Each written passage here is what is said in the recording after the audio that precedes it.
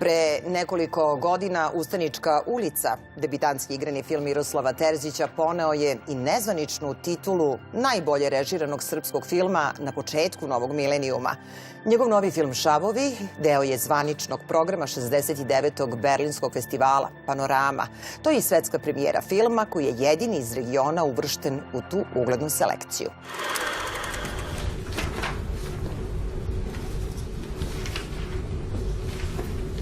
Dobar dan. Izvolite. Došla sam da vidim da li ste ikada preuzeli lice sa ovim matičnim brojem. U krupnom planu velike iluzije reditelj Miroslav Terzić. Dobrodošli u emisiju o filmu. Hvala. Šavovi su melodrama protkana elementima trilera. Tema su novorođene bebe, nestale iz bolnica u Beogradu. Po svedočenju roditelja, proglašavane su umrlima, a zapravo su prodavane na usvajanje. Šta vas je konkretno motivisalo da snimite priču o pokidanim šavovima? Pa, pre jedno 15 godina, to je drugi put kako sam trebao da postanem otac, pročitao sam u novinama članak o jednoj o nestaloj bebi i to me užasno uznemirilo. Baš me uznemirilo zato što sam u tom trenutku trebao da postanem ponovo roditelj i prosto nisam želeo da mene zadesi jedna takva sudbina.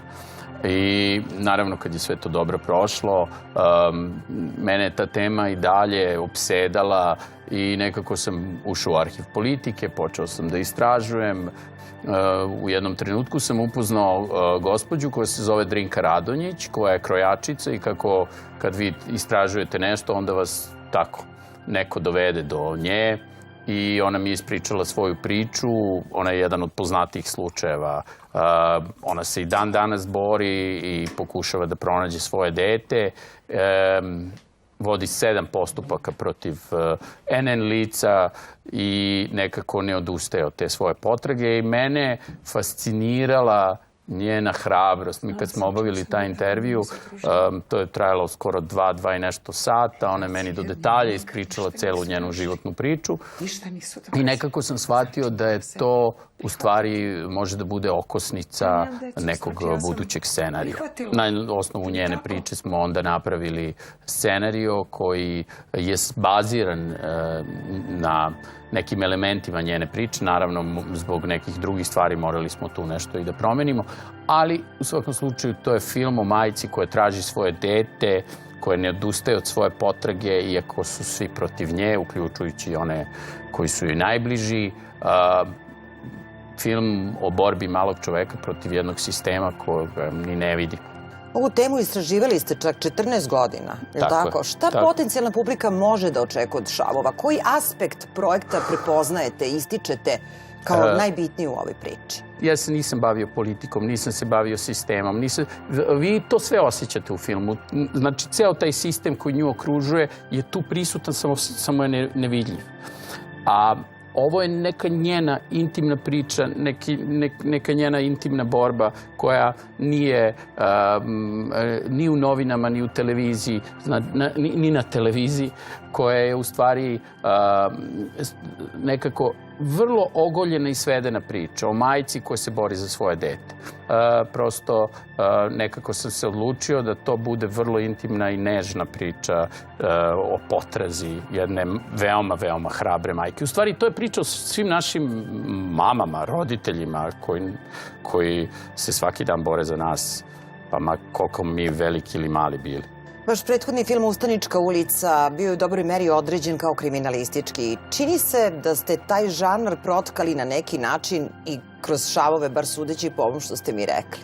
Pa jesam. Ja, u stvari, kad smo postavili priču, nekako mi se činilo da ako ostanemo i nekako se ja bolje snalazim u tom žanru, u trileru nego u drami, ali činilo mi se da ako ostanemo samo u drami možemo da skliznemo u neku melodramu, što ja nisam želeo. I patetiku. I patetiku, znate, kad pričate priču o majci koja traži svoje dete, to može da bude i plot neke divne sapunice, ali nije. Ovo je jedan vrlo ozbiljan film, jedna drama koja je pričana jezikom trilera, ali je ona i dalje u svojoj suštini drama, čista. Film će se nakon premijere u Berlinu takmičiti i u selekciji Srpski film na 47. festu. Imponuje li vam ta činjenica? Ja sam veoma sretan. Nekako sretan sam zbog berlinske premijere, to je stvarno važno za film. Ali nekako se baš radujem ovoj domaćoj premijeri koja će da bude na festu. Znate, ja sam dete koje je odraslo na festu i dete, sad već sam mator, ali odrastao sam na festu. Meni je to da je moj film na festu baš mnogo znači. Onako intimno mi veoma znači. Tako da se radujem toj premijeri. Da ćemo učestvovati za nagradu, to mi je manje bitno. Bitno mi je da se publici svidi film onako najiskrenije, a biti u takvoj konkurenciji je svakako čast. Regrutovali ste zanimljivu glumačku postavu za Šavove. Snežana Bogdanović u glavnoj ulozi, dugo je nismo gledali. Otkud to? Pa, ja kad sam počeo da spremam ovaj film, nekako, još pre nego što sam napisao scenariju, ja sam znao da će Snežana to da glumi. Prvo, Snežana je fantastična glumica, a zatim, ono što se meni kod Snežane svidelo, ja je znam privatno, je to neko držanje i taj stav. I nekako i to je ta žena koju sam intervjuisao, Drinka Radonjić, ima. I nekako sam ja prepoznao da bi to moglo da bude jako dobro za ovu ulogu, što se ispostavilo stvarno da je dobro. I Snežana je onako ušla u ovaj projekat bez rezerve. Potpuno se prepustila ovom projektu i ja se nadam, a to će se i vidjeti, napravila je predivnu ulogu.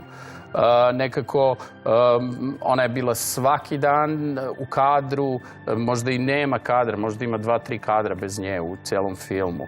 Znači, Snežana nosi ovaj film onako na svojim plećima veoma hrabro, kao i ova žena što se bori za svoje dete. Tako da, mislim da nekako nisam mogao bolju osobu za ovu ulogu da nađemo od nje. Zahvaljujem na gostovanju u Velikoj iluziji i srećno. Hvala. I na Berlinalu i na festu. Hvala vam.